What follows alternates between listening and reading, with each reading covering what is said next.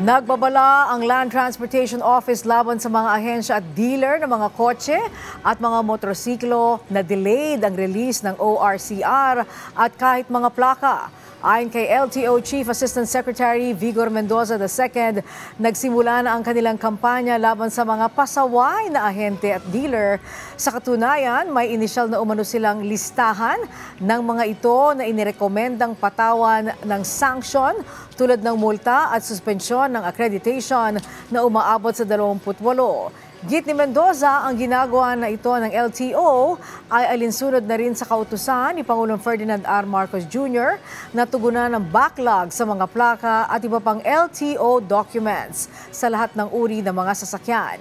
Batay sa guidelines ng LTO, ang kanilang mga tanggapan ay kailangang maipalabas ang license plates at ORCR sa motor vehicle dealership sa loob ng 5 araw matapos maisumite ang mga kinakailangang dokumento. Ang mga motor vehicle dealer naman ay kailangang maibigay ito sa kanilang mga kliyente sa loob ng 6 na araw kung kaya't kinakailangang matapos ang buong proseso sa loob ng 11 araw.